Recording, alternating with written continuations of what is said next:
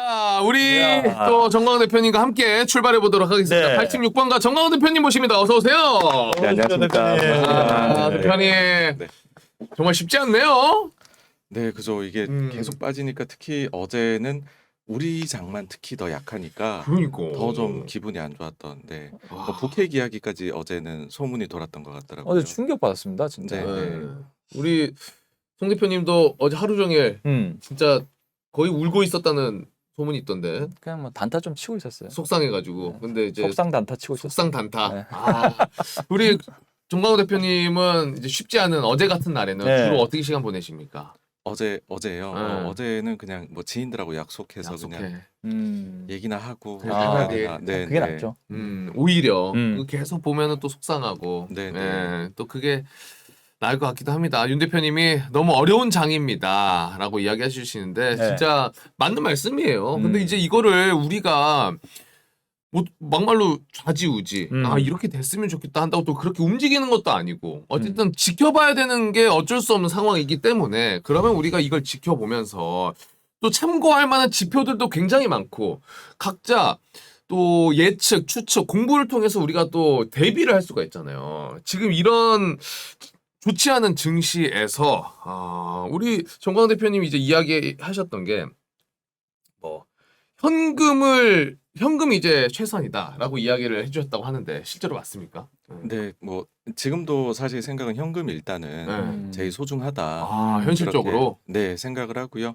이렇게 생각을 하는 이유 자체는 음. 일단은 큰 축에서 봤을 때 하나는 유동성이고 하나는 뭐 펀더멘탈일 텐데 네. 유동성 환경이 일단 나쁘다. 음. 연준에서 뭐 돈을 뭐 지금 어떻게 보면은 긴축을 더 못해서 안달이 나 있는 상황이고 네. 근데 더 문제는 연준이 너무 신뢰를 지금 잃어버린 상황이라 연준이. 네. 그러니까 신뢰라는 것 자체를 다시 회복을 하려고 해도 시간이 네. 오래 걸릴 것 같고 예, 예. 아니라면은 정말로 뭐 긴축 쪽에서 상당히 극단적인 방법을 써야 될 텐데 네. 그렇게 되더라도 일단 단기간 시장의 충격은 또 어쩔 수 없는 게 있는 것 같고요. 그다음에 펀더멘탈적으로는 이제는 침체를 말씀하시는 분들이 정말 많이 증가하신 것 같아요. 네. 다만 이제 시기를 뭐 내년이냐 아니면은 뭐 24년에 오느냐 그렇게도 얘기를 해 오셨었는데 네. 어저께 보니까는 주요 IB 중에서는 노무라 증권에서 처음으로 연내 경기 침체에 올 수 있다라고 이야기를 했고요. 올해.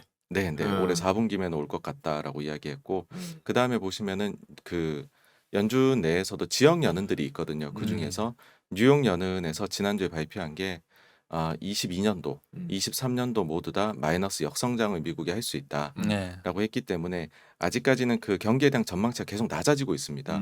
그러니까 그런 상황이 이어질 때는 사실 좀 뭐 저희가 찐 반등이라고 하죠. 그게 나오기는 좀 어렵습니다. 그래가지고서 아직은 좀 문제가 개선되어 보이는 방향이 안 나오고 있다. 그래서 좀 조심하셨으면 좋겠다. 네네 그렇습니다.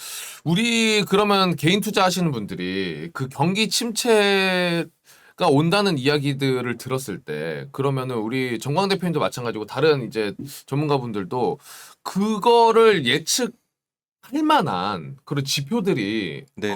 이거 충분히 이 지표들을 보면은 예상할 수도 있겠다. 그리고 올해도 가능할 수 있겠다라고 하는 지표들이 있습니까? 대표적으로 볼 만한 게. 뭐 저희가 이제 그러면 GDP 구성을 음. GDP가 2개 분기 연속 마이너스면 이제 그 제일 유명한 경기 침체의 정의거든요. 그러면 미국의 GDP를 한번 뜯어봐야 될 텐데 네. 그랬을 때 제일 큰 게 뭐 어쩔 수 없이 미국의 개인 소비 지출. 그래서 소매 판매나 소비가 중요하고요 일단. 그 다음으로는 보면은 투자 쪽이 또 좀 있습니다. 네. 투자 쪽에서 특히나 요즘 같은 경우에는 주목해서 봐야 될 게 주택 같은 것들. 예, 그래서 미국의 주택 경기가 어떠하냐. 사실 이제 다른 것보다도 요 두 가지 보시는 게 일단은 제일 이제 향후 예측에 도움이 되실 거고요. 네. 거기다가 또 한 가지 추가적으로 조금 더 깊게 들어가서 말씀드리자면은 미국이란 나라는 원래 수입이 훨씬 커요. 그렇죠. 이제 수입에 소비를 해야 되니까. 네. 네. 근데 수입이 예상보다도 적다. 음. 그 다음에 수출이 예상보다 조금 더 많다. 그러면 일반적으로는 한국 같은 나라면은 이걸 좋다고 생각하겠지만 네. 미국 같이 소비가 많은 나라는 이게 이제 소비가 줄어들기 시작할 수 있는 선행 신호일 수 있습니다. 네. 네. 그래서 오히려 이럴 때는 조금 더 조심을 해야 되는. 근데 사실 이게 전부 다 일단은 좀 안 좋게 나오고 있습니다. 지표들 자체가 예, 예. 현실적으로 지금 그런 지표들이 있기 때문에 이야기가 아무래도 경기 침체 관련해서 뭐 기존에는 되게 소수 뭐 한 소수에서만 일각에서만 이런 이야기들 나왔다면은 지금 이제 점점 그 비율이 늘어가는 어쩔 수 없는 상황인 것 같아요. 자, 그렇다면은 근데 이제 궁금한 게 금리 인상 관련해서 어쨌든 금리 인상 계속 되니까 뭐 신뢰도 잃고 그리고 인플레이션도 이야기 계속 나오는 건데 금리 인상이 우리가 한 14번 정도 있었죠, 미국에서. 예, 예. 근데 제가 우리 정광 대표님이 뭐 이야기해 주신 거 다 종합을 해보니까 그중에 한 11번 정도가 네. 경기 침체가 맞습니다. 왔었는데 그렇다면은 14번의 금리 인상 중에서 14번이 다 침체가 왔으면은 이번에도 어쩔 수 없다라고 할 수 있지만은 이제 3번은 이 인플레이션이 안 왔다는 소리거든요. 네, 네. 그 가능성은 좀 상황적으로 이렇게 전체적으로 봤을 때 쉽지 않습니까? 당시 이제 3번일 때는 네.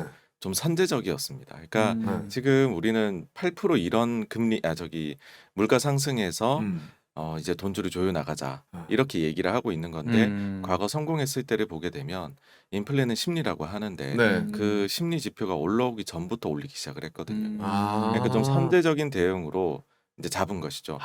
반대로 보면은 우리가 코로나 때문에 되게 힘들긴 했지만은 정말 빨리 증시가 V자 반등을 했던 거는 선제적으로 돈을 풀었기 때문이거든요. 그러니까 반대로 요번에도 좀 선제적으로 빨리 했으면 어땠을까인데 지금 좀 기회를 많이 놓친 것 같다. 예, 예. 그게 근데 이제 예. 너무 좀 급작스럽게 많은 일들이 터지지 않았습니까? 그래서 좀 늦은 게 아닐까 이런 생각도 드는데. 예, 맞습니다. 사실 저도 이렇게 뭐 연준이 좀 늦은 것 같아요 말씀드리지만 그들이라고 우크라이나 러시아 전쟁이 일어날 줄 어떻게 알았겠으며 중간중간에 이런 사건들이 계속 생겼어요, 사실. 그래서 좀 억울할 수도 있겠다. 그런 생각도 드는데 뭐 운이 지금 많이 나쁜 것이죠, 사실. 근데 제가 궁금한 게 진짜 러시아 우크라이나 전쟁을 솔직히 지금 요즘에는 우리 최상의 정보력 사회에 살고 있지 않습니까, 대표님? 좀 몰랐을까요? 난 그런 좀 생각이 들기도 하는데 이거를 모른 건지 아니면 안이하게 대응을 한 건지 난 그런 것도 좀 그것도 궁금해지는데. 예. 그게 사실 이제 제가 뭐 유튜브 채널에서 매년 초에 네. 올해 조금 가능성은 낮지만 일어날 것 같은 일 이런 거 선정하는 게 있는데 네. 네. 거기에서 전쟁을 꼽았었어요. 우크라이나 러시아 그랬어요? 전쟁이 있을 수도 있다. 바이든보다 더. 대표님. 왜 그랬냐면은 예. 그때 이미 저희도 아마 뉴스 기억나실 거예요. 뭐 국경지대에 어. 군사력이 지금 러시아께 몰려가고 있다. 집결되고 있다. 예. 그러면서 근데 단순 군사 뭐 자기네 훈련이라 하는데 네네. 아닐 수 있다라고 사실 그때부터 경고음들이 좀 나긴 했거든요. 그리고 저도 기억나는 게 바이든 대통령이 거의 실시간으로 전쟁 상황이 어떻게 될지를 이제 중계를 했지 않습니까? 네네. 지금 쳐들어간다. 어떻게 될 거다. 막 이런 거를 막 속속들이 네. 알았던 것 자체는 그들도 몰랐던 건 아닐 텐데 네네. 뭐 이제 뭐 음모론의 제기만 끝이 없지만 저는 이제 좀 맑은 눈으로 보자면 방심했던 게 아닐까. 설마 저렇게까지 할까? 이고 그 다음에 전쟁이 나고 난 이후에 저는 좀 놀랬던 게 네네. 빨리 끝날 거라고 모두가 생각을 하셨었잖아요. 그렇죠. 일단 네. 나긴 난 거고. 네. 근데 생각보다 러시아 군대가 굉장히 고전을 하고 있고 뭐 지금 아주 그냥 난전이 펼쳐지고 있는데 그거 자체는 아무도 예상 못했던 것이 아닐까. 그래서 처음엔 좀 우크라이나에 대한 지원을 머뭇거리고 있던 서방에서도 적극 지원을 해주다 보니 전쟁이 계속 이제 또 길어지는. 지금 예. 그 이야기가 조금씩 달라지고 있지 않아요? 전쟁 초반에는 네. 이제 서방 국가에서도 인도적인 지원, 뭐 이렇게 지지, 뭐 이런 거 있다가 이제 너무 전쟁 길어지고 나서 피해가 커지다 보니까 연쇄적으로 각국에서 이제 들리는 말로는 우크라이나 그냥 빨리 어떻게 양보해라. 양보해라 차라리 이런 이야기 조금씩 나오긴 하는 것 같더라고요. 이게 경제적인 타격이 너무 크다 보니까. 네. 그런 상황들입니다. 그러면 뭐 방금 이야기해주신 전반적인 걸 통해서 현재로서는 현금이 조금 더 중요한 것 같다라고 이제 보시는 거거든요. 네, 맞습니다. 근데 제가 예. 대표님께 여쭤보고 싶은 게 예. 그때 우리 한 몇 주 전에 출연하셔가지고 예. 연준이 조금 더 과격하게 그 수요 파괴를 일으킬 만큼 하여튼 그 금리 인상을 빨리 해주는 게 더 낫다라고 그때 제가 말한 게 기억이 나거든요. 네. 근데 0.75 자이언트 스텝을 결정을 했잖아요. 대표님 어떻게 보십니까? 그것만으로는 부족하다 이렇게 생각하십니까? 조금 더 나갔으면. 그러니까 두 조금 가지 나갔으면. 아쉬움이 있습니다. 하나는 그때 대비해서 인플레가 높게 나오니까 네. 그러면은 이제 한 달, 두 달 전에는 0.75로 하면 돼 커버였는데 네. 인플레가 8.6씩이나 나오면은 음. 일을 해도 되지 않았나. 라는 게 첫째고요. 그 다음에 두 번째는 그럼에도 불구하고 0.75하고 점도표를 이번에 올해는 3.4% 금리가 내년엔 3.8%로 꽤나 높게 잡았습니다. 근데 여기까지는 제가 볼 땐 그래도 잘했는데 네네네. 말을 너무 이제 못했던 것이 아닌가 싶었던 게 0.75 이렇게 올리는 거는 이게 일상적인 일이 아니다. 이거는 좀 특이한 일이고 다음번에는 0.5 혹은 0.75가 이제 유력하다라고 말한 거에서 굉장히 그날 있었던 저기 매파적인 색채를 다 지워버린 거죠. 사람들 입장에서는 그래 너가 과격해봤자 요 정도 수준이구나 아. 라는 거에서 마치 5월 달에도 0.5를 해놓고서는 다음 달 0.75는 뭐 그렇게 고려하고 있지 않다. 네, 이 말 맞아요, 한마디에서 점수를 다 까먹었거든요. 맞아, 신뢰 다 없어졌죠 네, 거기서. 그래서 너무 좀 이게 굳이 비둘기적 색채를 너무 인터뷰에서 입히려고 하는 게 두 번 연달아 지금 큰 실패로 돌아오고 있다고 봅니다. 근데 제가 좀 궁금한 게 네, 연준은 사실 경제 대통령이라 불릴 만큼 그 경제 관련 데이터가 굉장히 방대하고 그러니까 사실 연준의 기능이라는 것이 이제 물가 안정과 그 성장을 동시에 잡아야 되는데 사실 이 인플레를 미리 좀 예측을 해서 대응을 해줘야 되는 게 연준의 기능이라 생각하는데 항상 보면 네, 데이터를 다 확인하고 약간 네. 호행적으로 이렇게 하더라고요. 맞습니다. 근데 저는 약간 그 부분이 약간 좀 이해가 안 되더라고요. 왜 그렇게 정보의 거의 최상이라 불리는 미국 거기에 경제 대통령의 방대한 경제 데이터를 처리하는 연준 네, 왜 미리미리 이렇게 할 수가 없는 걸까? 그러니까 당연히 우리보다는 그런 거를 미리 대비할 수 있을 텐데. 그렇죠. 당연히. 네, 저는 좀 그런 게 어떻게 된 건지 좀. 네. 일단은 데이터를 연준이 먼저 보고 있느냐의 네. 경우에는 지금 제일 중요한 게 일단 인플레고 그 다음에 고용 데이터 두 가지가 중요할 텐데요. 네. 인플레 데이터는 하루 이틀 정도를 빨리 보는 것 같아요. 그런 합리적인 의심이 드는 이유는 바이든 정부에서 지금 인플레 관련해서 데이터가 나오기 하루나 이틀 전에 항상 코멘트가 나옵니다. 맞아요. 그리고 거의 그렇게 결과가 나오거든요. 근데 하루나 이틀 전에 나와서는 FOMC에 영향을 못 주는 거죠. 그러니까 한 달 전쯤이 알면 이제 그전 FOMC에서 선제적으로 앞으로 이렇게 될 거야 딱 멋있게 얘기하면서 할 수 있는데 그게 일단 안 되고요. 그 다음에 고용 데이터는 연준도 미리 못 받아보는 걸로 저는 알고 있어요. 왜 그러냐면 그 전에 벤 버냉키 의장이 자기가 이제 회고록을 쓴 게 있는데 그때 당시에 그거를 발행하는 기관에서 이제 그때 정부 셧다운, 연방 정부 셧다운이 문제였거든요. 그래서 거기에서 이제 데이터를 못 낼 수도 있다라고 하니까 그러면은 연준에서 돈을 대서라도 그 데이터는 꼭 보고 싶다라고 얘기했거든요.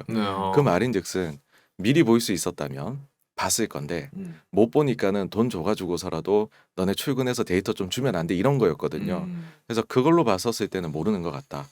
그래서 연준도 어떻게 보면은 저희랑 똑같은 거죠. 데이터에 따라가겠다라는 것 자체가 본인들도 데이터를 FOMC에 영향이 줄 만큼 선제적으로 미리 그 정도로는 미리 못 받아본다는 거고 그러다 보니 불평불만들이 나오는 게 그러면은 너네는 너무 이게 운에 맡기는 것이 아니냐. 그렇죠. 그래서 네. 이제 작년에 대표적으로 그 예전에 올드 멤버 연준에 거쳐간 멤버 중에 이런 말을 하셨습니다.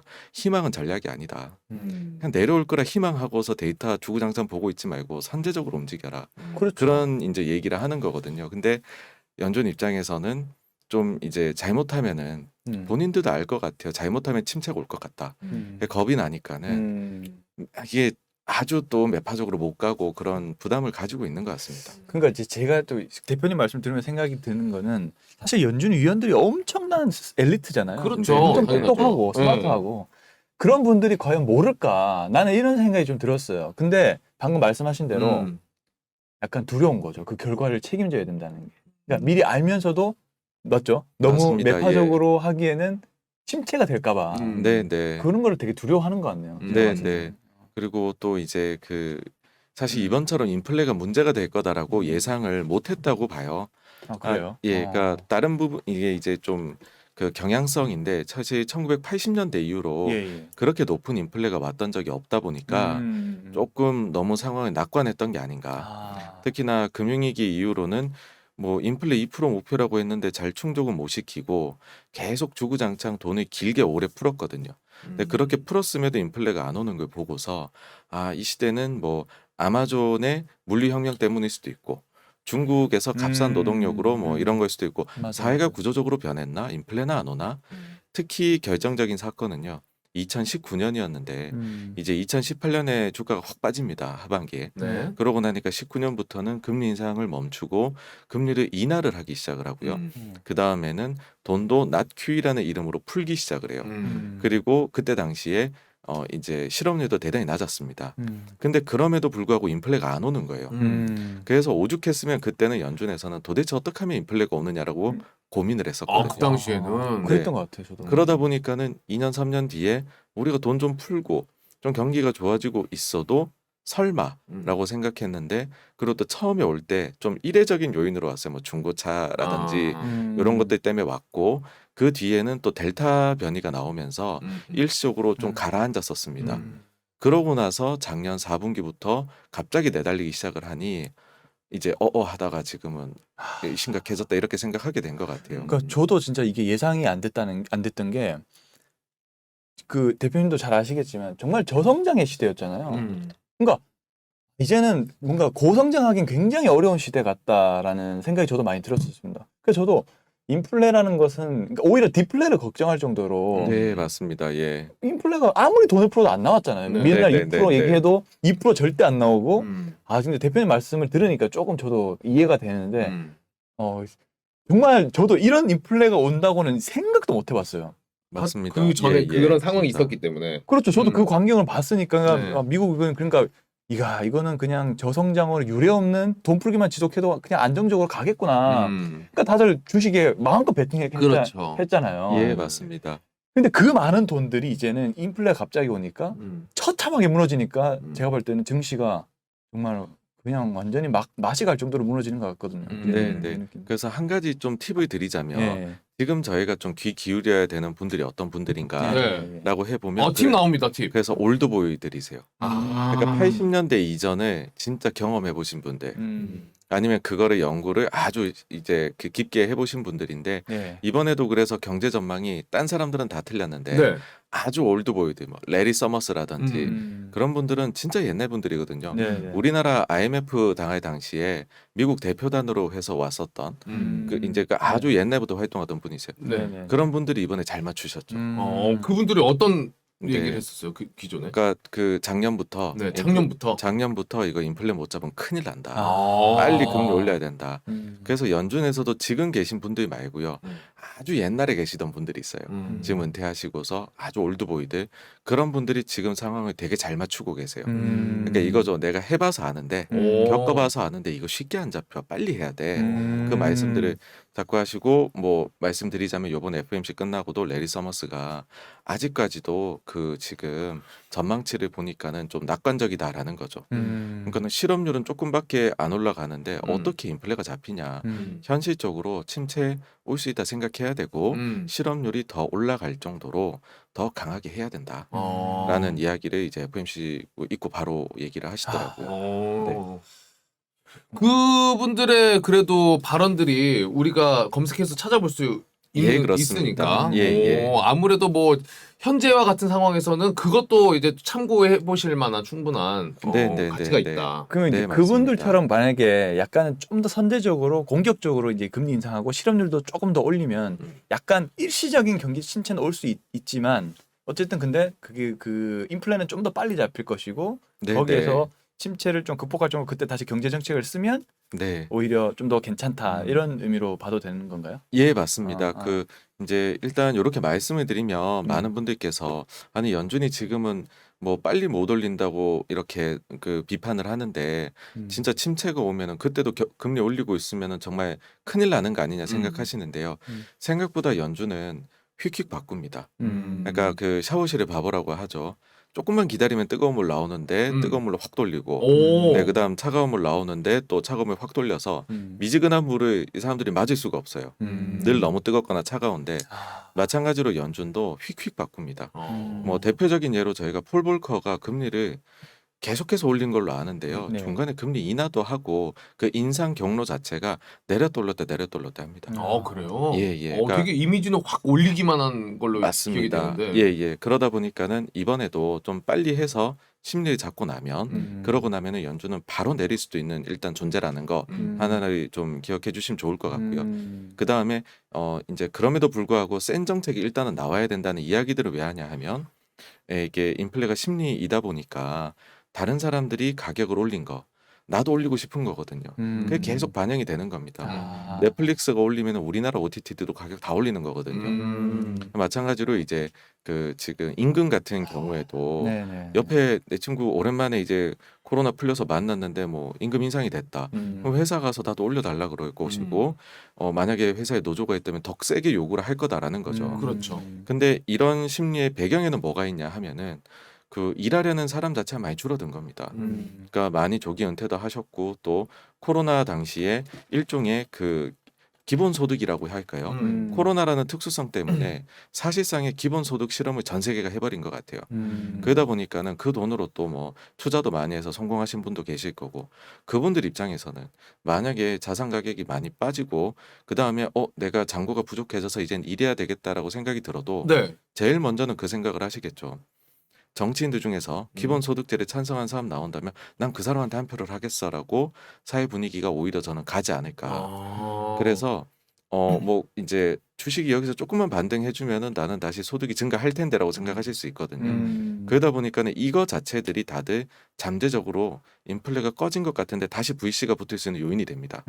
그래서 인플레가 정말로 이제 확실하게 그 진화가 되려면 생각보다는 연준에서 나는 뒤돌아보지 않고 갈 거야라고 할 정도가 돼야 사람들이 다들 와 정말 큰일 났네 이런 생각이 드는 거라고 생각을 해요.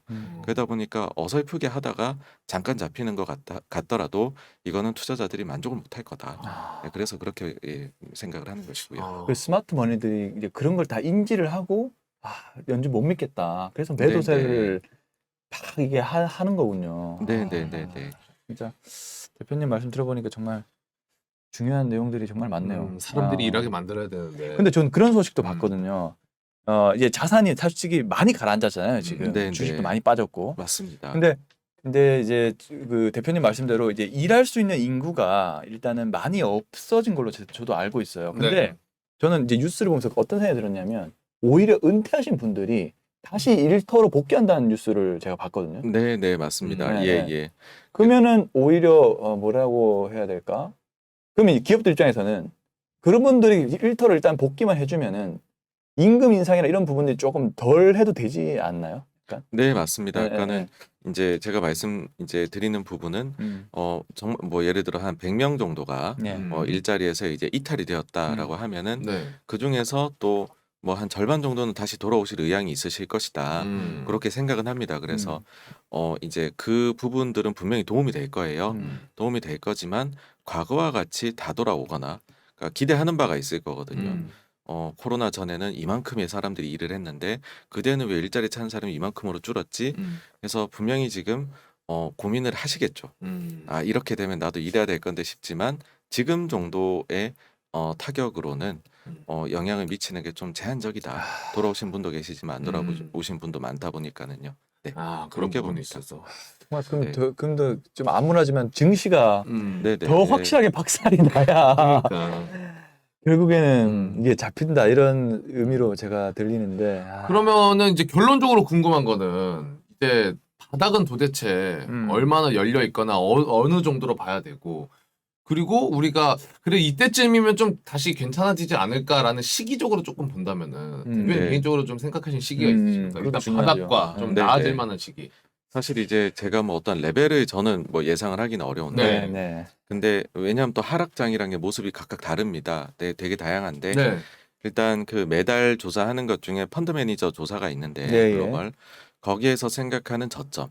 음. 그러니까 연준에서 이 정도면은 더 이상 이제는 긴축을 하기보다는 뭔가 당근을 내놓지 않겠느냐 하는 게 S&P 500 기준으로 3,500포인트대입니다. 3,500. 네, 3,500대이고 그 다음에 요 약세장이 시작이 되고 나서 네. 최고의 스타가 되신 원래도 뭐 엄청난 스타시지만은 매크로 쪽의 애널리스트 분 중에 누구냐면은 모건 스탠리의 마이클 블리슨이라는 애널리스트가 엄청나게 이제 네. 이 하락을 거의 정확히 맞췄다고 할 수도 예, 있는데요. 오. 그분이 지금 예상하는 저점은 3,400입니다. 3,400. 아, 예. 그러니까 그 수치는 뭐냐 하면은 이익 네. 추정치 내려가는 걸 보니까 이제 이익 감소가 몇 프로 좀 있을 것이고 거기에 PER을 뭐 이제 과거 대비 금리가 올라갔으니 좀 멀티플을 낮춰서 예상해 보면 3,400까지 빠지지 않겠냐. 그리고 가장 지금 과격하게 예상하는 데가 제일 하락론 크게 펼치는 두 분이 그 윌슨하고 그다음 뱅크 오브 아메리카거든요. 네. 네. 거기는 3,000으로까지 보고 있습니다. 3천이요? 예, 예.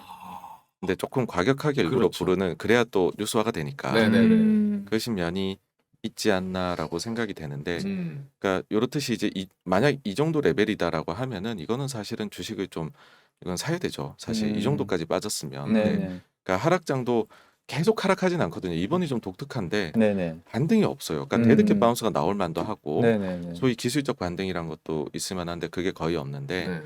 이제 그 정도 레벨에서는 어쨌든 충분히 가격 매력이 있다. 주식 자산 자체가 음. 그런 생각이 일단 들 것 같고 근데 이제 그런 생각이 드실 거예요. 그러면 아니 그 정도면은 뭐 약간 버틸 수도 있는 레벨이고 일단은 이미 너무 많이 빠졌잖아요. 네. 그 다음에 근본적으로는 아니 왜 주식이 그렇게 변한 게 없는데 이렇게까지 3, 40%가 빠져야 네.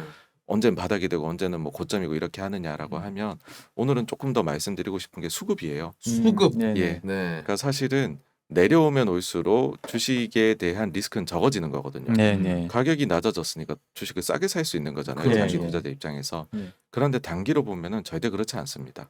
그러니까 저도 이제 뭐 그 펀드 매니저 생활을 한 10년 정도 했었지만 네. 그때 보면 오히려 빠질수록 리스크가 커져요.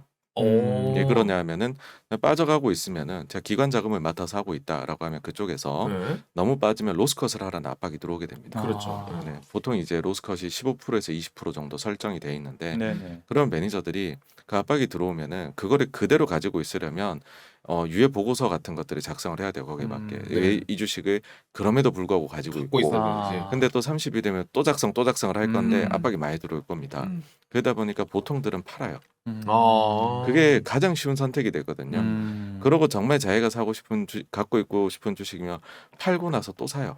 아. 네. 그러면은 마이너스 20이 제로가 돼 있을 거잖아요. 수익률이. 네, 네. 그렇죠. 네. 그런 것들도 일단은 있고 그다음에 그 펀드 매니저들이 그러면은 왜 그런 행동들을 하느냐에서 더 윗단으로 가보면 사실은 펀드 매니저들도 돈이 들어와야 합니다. 돈이 나가면 팔아야 되거든요. 네. 근데 그게 이제 보통 리테일 자금인데 네. 예, 고객분들께서 그러니까 리테일 자금이라면 일반 개인 투자자들이신데 예, 예. 장이 좋다 그러면 펀드 가입이 늘고요. 네. 안 좋아지기 시작하면 어느 순간부터 펀드 환매가 늘어요. 아. 환매가 나오면 펀드 매니저는 팔아야 됩니다. 어. 그러니까 기관 자금 매도가 나온다. 그건 어쩔 수 없는 면들이 그래서 있는 거고요. 음. 우리가 외국인 투자자는 굉장한 스마트머니에 아주 시장을 가지고 노는으로 보시는데 선물 옵션 시장에 있는 외국인은 그런 측면이 있거든요. 네. 예. 이거는 거의 기계들이 가지고 노는 시장입니다. 아. 근데 우리나라에 그냥 외국인 투자자 매수 매도가 찍히는 거는 그들도 리테일 자금 받아 하는 거예요. 아. 그러니까 미국에서 어떤 개인이 가입을 하면 이제 이머징 한국 거에 사주세요 하면 펀드 설정이 되면 추가로 사는 거거든요. 네. 근데 그분들 입장에서 주식이 다 많이 빠져요. 그럼 그 다음에 보통은 어떻게 하느냐 하면은 자기가 제일 잘 아는 시장 미국 거를 야 미국도 30% 빠졌는데 미국을 바치자. 그게 저가 매수하자. 그러면 차라리 해외 펀드 뭐 이머징 프론티어 펀드 이거 환매하고 이걸 살까 이런 식의 나오거든요. 그래서 지금도 자금 흐름들을 보면 네. 선진 주식형 펀드는 자금들이 그래도 꽤 들어가고 있어요. 예, 예. 근데 이머징 쪽은 거의 빠져나가는 주간이 훨씬 더 많습니다. 네. 그래서 이게 수급상에 외국인이 왜 팔까? 쟤네가 뭘 할까 하는데 그보다는 그냥 항상 그래 왔어요. 항상. 그렇고 그나마 그러면 받쳐줄 게 연금인데 네. 우리나라 연금 같은 경우에 장기 계획이 있거든요. 거기에서 정해진 이제 결정된 게 한국의 비중은 계속 줄여 나가기로 돼 있습니다. 그러다 보니까는 지금 한국 거를 그렇게 사기도 어려워요. 사기도 어렵고 추가적으로 이런 펀드들은 채권 같은 것도 원래 많이 하고 있기 때문에 일반적으로는 저희가 겪는 위기가 주식이 빠지면 안전자산 선호가 돼 채권을 사요. 그럼 채권 금리가 낮아지면 채권의 가격은 올라가거든요. 네네. 그러면은 채권이 올라갔으니 원래 생각하던 주식과 채권 비중이 있을 거지 않습니까? 네. 근데 그거보다 채권이 올라가고 주식이 빠질 거란 말이에요. 네. 그러면은 채권을 좀 팔고 주식을 삽니다.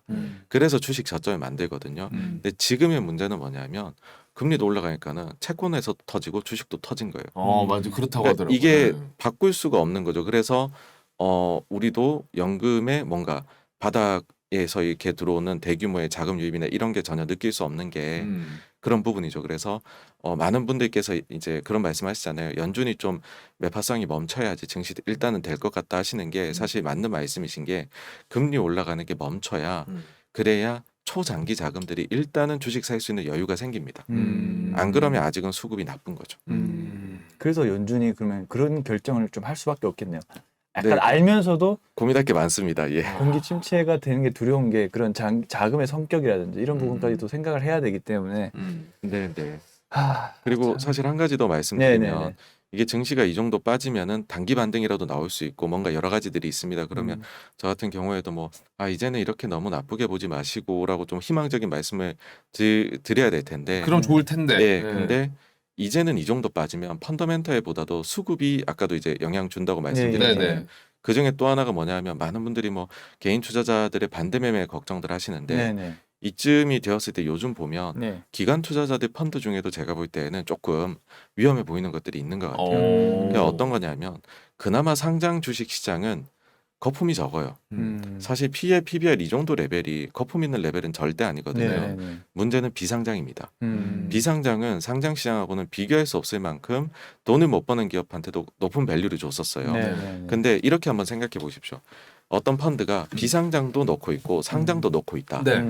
근데 비상장은 지금 거래가 완전히 안 돼요. 그러니까는 완전히 지금 메말랐거든요. 네네. 왜 그렇게 됐냐면 이게 상장 시장에서 높은 밸류로 다시 이제 그 상장이 되어 주면서 자금 엑시트를 할 수 있는 최종 창구가 잘 작동해야 되는데 네. 그게 안 되는 거죠. 최근에 네네네. 보면 뭐 마켓컬리가 8조에 상장하려고 했다 그랬는데 안 되고 있지 않습니까? 그렇죠. 네. 그래 버리니까 이게 밑으로 한 단계 다 내려오는 겁니다. 음. 다른 비상장 주식들도 투자를 비상장 전문 투자자들이 꺼리는 것이죠. 네네네. 그러면은 예를 들어 포트폴리오에 비상장이 50% 들어있고 상장이 50% 들어있는 펀드가 있는데 비상장 거래가 안 된다. 네. 근데 증시가 안 좋아지니까는 여기에 투자한 투자자가 환매를 요청했다. 그렇죠. 그럼 이 사람이 할 수 있는 거는 비상장은 못 팔 거예요.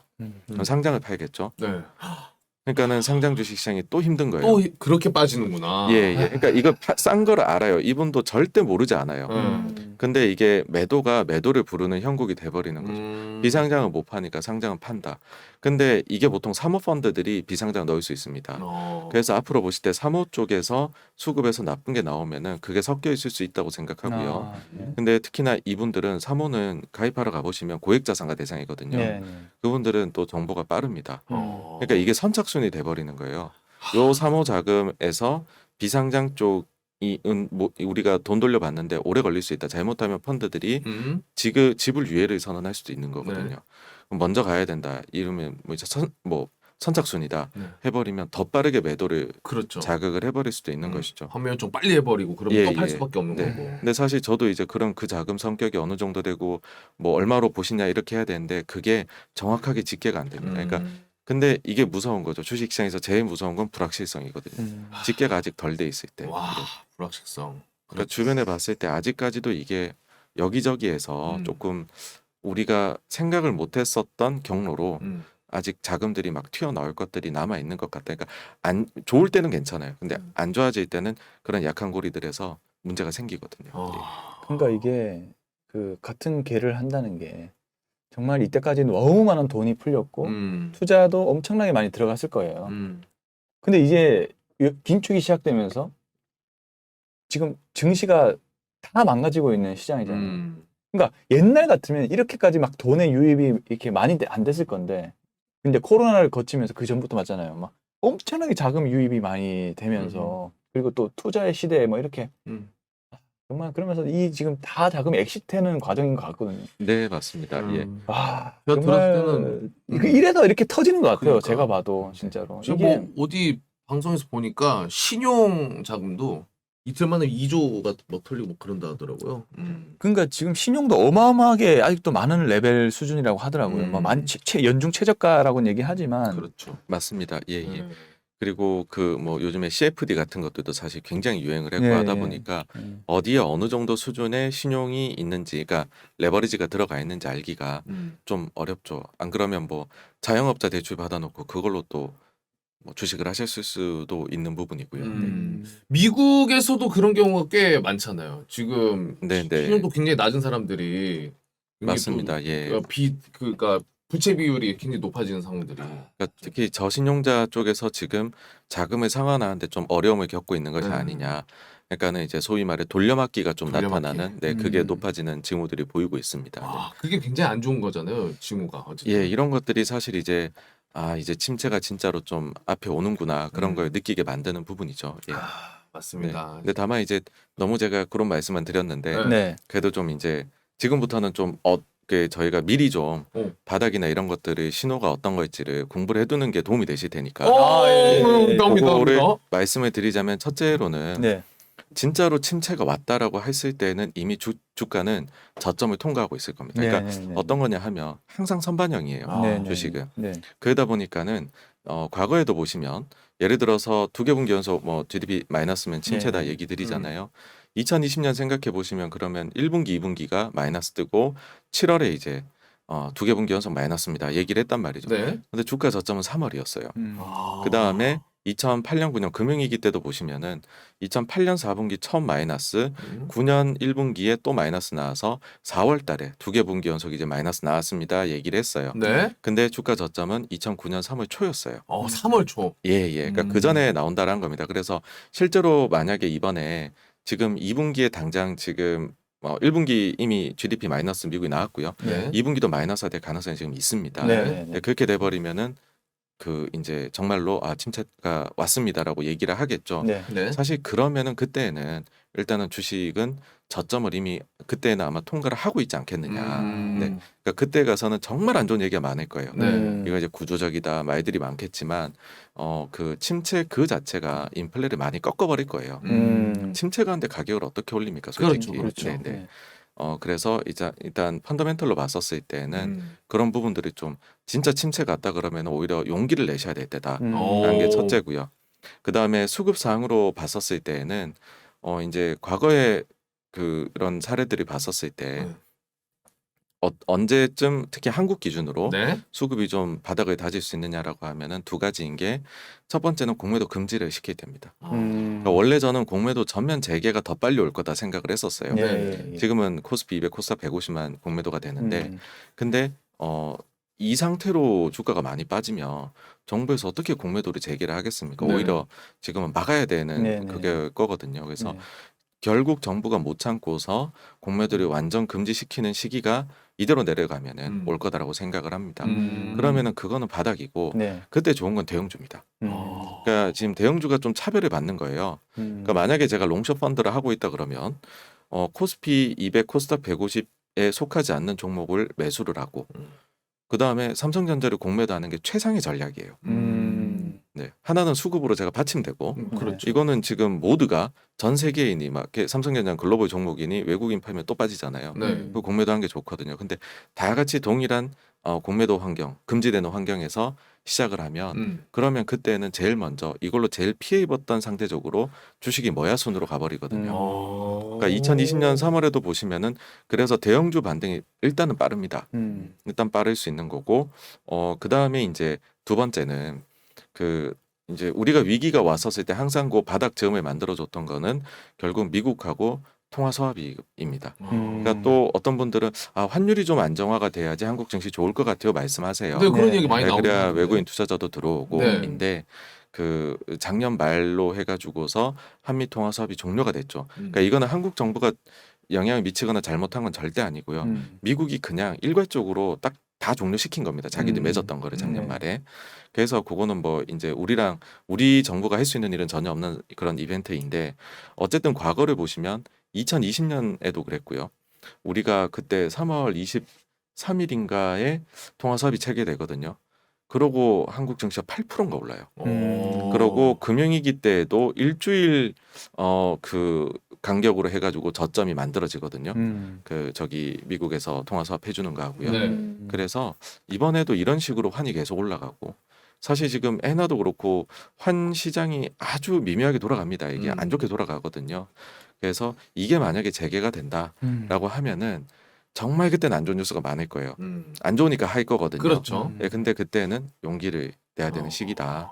네, 그렇게 그렇게 봅니다. 대표님 예. 봤을 때 아직은 좀 불확실하다. 지금은 좀 예, 예. 그렇게 보인단 말씀이시죠? 네, 네. 아직까지는 뭐 그런 이야기 자체가 안 나오고 있는 상황이잖아요. 그러니까 네네네. 살짝이 흘러나와야 되거든요. 아. 네, 네. 그렇죠. 지금까지는 뭐 경기 침체나 그런 안 좋은 상황들이 올 수도 있다, 가능성이 뭐 있다, 요 정도까지이기 때문에. 근데 그 딱 나왔다, 경기 침체다라고 했을 때는 네, 확실히 약간 저점을 통과하지 않을까. 그 동안의 펀더멘트를 보면은. 그러면 네. 2분기 미국 2분기 GDP 발표가 언제쯤이죠? 일단 속보치가 7월 말에 나오게 됩니다. 그러면 네, 네. 그렇게- 1차 가요. 그러면 2분기에 마이너스가 나오기 직전부터 일단 바닥이 만들어진다고 말씀하셨잖아요. 네, 네. 그러면 그 시기가 구체적으로 그러면 7월 정도. 그러니까 지금 일단 2분기 GDP 예상치가 제로예요. 네. 네. 현재까지는 예상치 GDP 나오가 제로인데 이번에 진짜 마이너스로 갈 수도 있고 네. 아니면 살짝 반등을 할 수도 있고 변수가 있는 것이죠. 그래서 이제 제가 생각할 때 2분기에 당장 마이너스가 나오면 뭐 7월에 저점이 나올 수 있고 아니고서 넘어가더라도 이 위기는 좀 극복이 어려우니까 아직은 그럼 3분기에 마이너스 나오면 10월 정도 될 수 있겠다. 그래서 이번에는 한 7월에서 10월 정도 사이가 저점이 나올 수 있는 구간이지 않냐이고 그다음 두 번째는 그 코로나 때 봤던 V자 반등은 없을 것 같다라는 생각이에요. 그때는 정말 말도 안 되는 이벤트가 발생했고 그렇죠. 이 질병이라는 돈을 엄청 풀었죠. 근데 이번에는 뭔가 좀 문제가 누적적인 것 같잖아요. 네, 부채를 네, 네. 너무 많이 내온 연준이 지금까지 너무 돈놀이를 해왔다. 몇십 년 동안. 뭐 그리고 인플레도 40년 만에 위기라 하니 이런 경우에는 좀 구조적인 문제는 2008년 9년 보시면은 그래도 좀 쌍바닥을 해서 좀 다지면서 가거든요. 그래서 네네.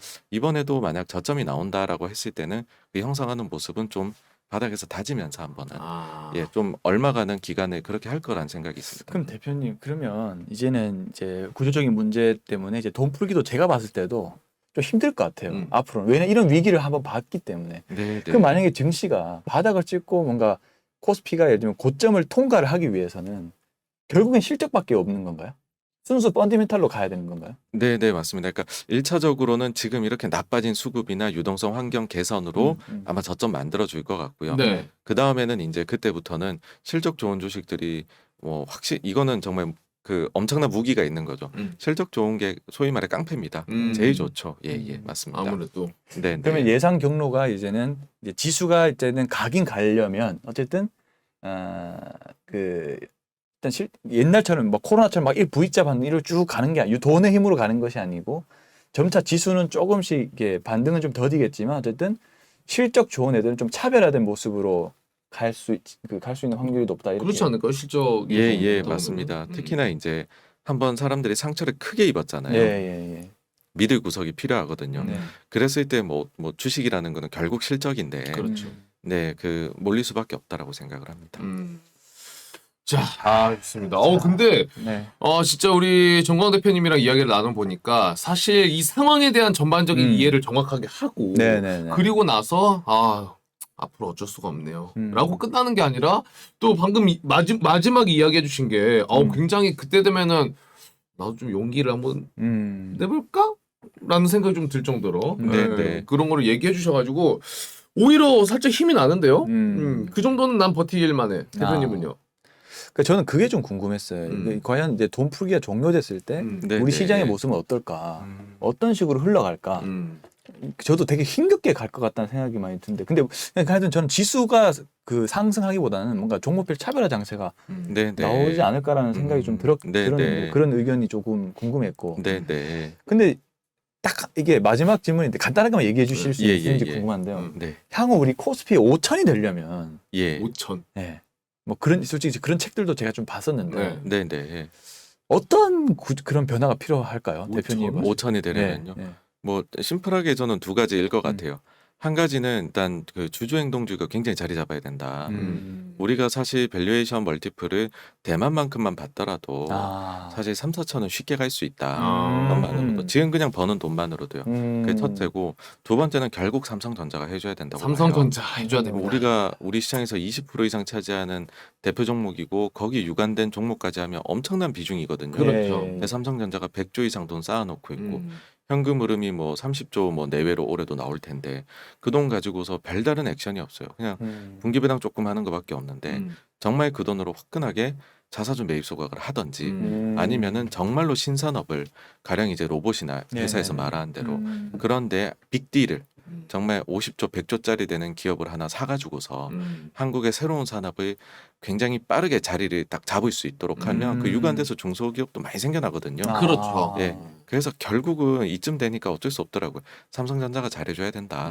그러면은 갈 수 있지 않을까라고 생각합니다. 오, 두 가지 측면까지 이야기를 해주셨습니다. 그리고 뭐 MSCI 선진국 편입 이런 유동성 네. 환경도 좀 만들어주는 것도 중요하지 않겠습니까? 예. 그것도 이제 만들어지기는 해야 되는데 사실 그건 어렵습니다. 그러니까는 우리가 외환시장을 전면 개방을 해야 되는데요. 그러니까 딱 한 가지입니다. 24시간 개방만 하면 되는데 정치인들 입장에서 우리가 IMF 금융위기를 맞았었던 외환위기를 맞았었던 일이 있잖아요. 그래서 24시간 우리가 환시장을 오픈했을 때 변동성이 생긴다라고 하면 그분이 받게 될 정치적 압력이 얼마나 강할까. 근데 이게 해소가 안 되면 선진 시장은 못 넘어갑니다. 저희가.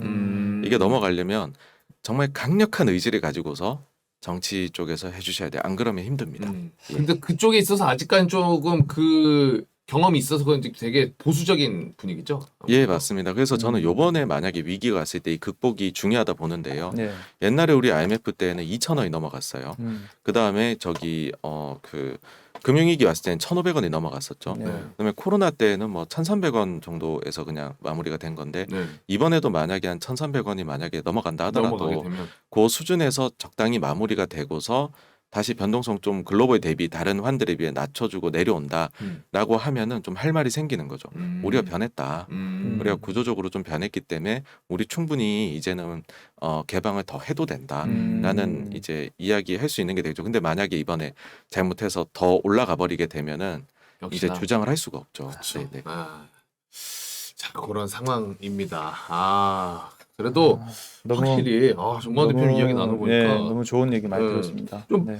어떻게 준비를 해야 되고 어떻게 또 어떤 지표를 봐야 되고 그리고 또 앞으로 우리가 저점을 잡는 기준은 어떻게 잡아야 되는지도 정리가 되는 것 같아서 깔끔하게 저는 머리가 정리가 되는데요. 네네.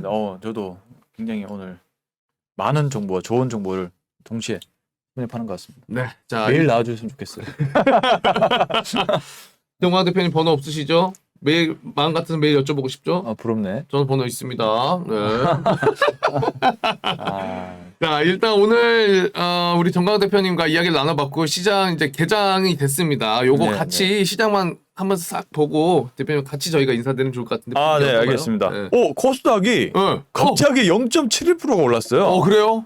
다행입니다. 와. 아니 원래 이제 음. 처음에 8시 40분에 반대 매매가 있었는지 네. 마이너스 3%로 출발한 걸 봤거든요. 그래? 근데 지금 장 초반만 하더라도 플러스 0.1%인가 그랬어요. 네. 근데 지금 순식간에 코스닥은 0.77%까지 올라가는 모습을 보이면서 좀 반등이 좀 다행히도 세게 들어가고 있는 모습이 나타나고 있습니다. 물론 그래요. 어제 장에 비해서는 뭐 어림도 없는. 저 어제 워낙 좀 근데도 쉽지 않았죠. 지금 이런 숫자가 되게 웃음이 날 정도로 반갑네요. 맞습니다. 이제 그렇지만은 또 장 후반에 어떻게 될지 좀 봐야 될 것 같은데요. 우리 대표님 말씀처럼 좀 이렇게 저는 솔직히 이런 구간에서 좀 정책이 나와줘야 되는 것이 아닌가. 네네. 나하고 저는 좀 맞습니다. 생각이 예. 좀 하거든요. 네. 너무 심해요. 네. 너무 뭐- 피해가 엄청 클 것 같다는 생각인데. 사실 이제 그런 좀 아쉬움이 있죠. 정치인 분들께서 네. 이럴 때 사실 더 뭐 빠질 거야라고 생각이 들더라도 네. 가령 뭐 증권사 창구 가서 펀드를 가입하신다든지 나는 음. 한국에 대해서 믿음이 있다라든지 네. 뭐 그런 이게 물론 액션이죠. 그거는 네. 그런다고 달라질 건 없을 수는 있지만은 위안은 확실히 되거든요. 네.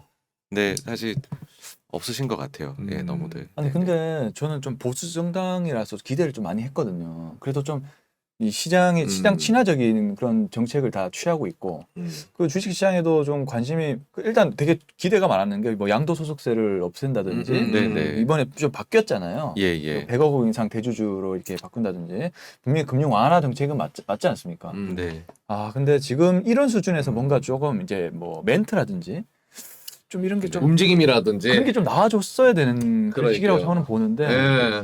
제가 짧게 그거 관련해서 한 말씀만 더 예, 드리자면 예. 정말 짧게 가야 됩니다. 예, 대표님. 예. 네. 사실 그 정책은 연말에 힘을 쓸 거는 같아요. 아. 그러니까 생각보다 연말에 반등이 나올 때 셀 수도 있다는 생각을 하는 게 네네네. 일단 연말에 우리 매년 겪었던 대주주 부담이 이번에 없어져요. 오. 100억으로 올렸죠. 가족 그렇죠. 합산 안 되죠. 그다음 두 그렇네요. 번째가 어쨌든 텍스를 낮출 것 같다는 거죠. 음. 물론 민주당하고 협의가 돼야 되지만 그 사이 언저리에서 되겠죠. 그러면 이거 자체도 EPS를 어쨌든 많으면 7, 8% 적으면 4, 5% 올려주거든요. 그렇죠. 그래서 지금은 장이 너무 안 좋으니 못 느끼지만 연말에 조금 이게 불확실성이 가시고 나면은 아 그래 그게 꽤 큰 정책이었구나라고 느끼시지 않을까 생각합니다.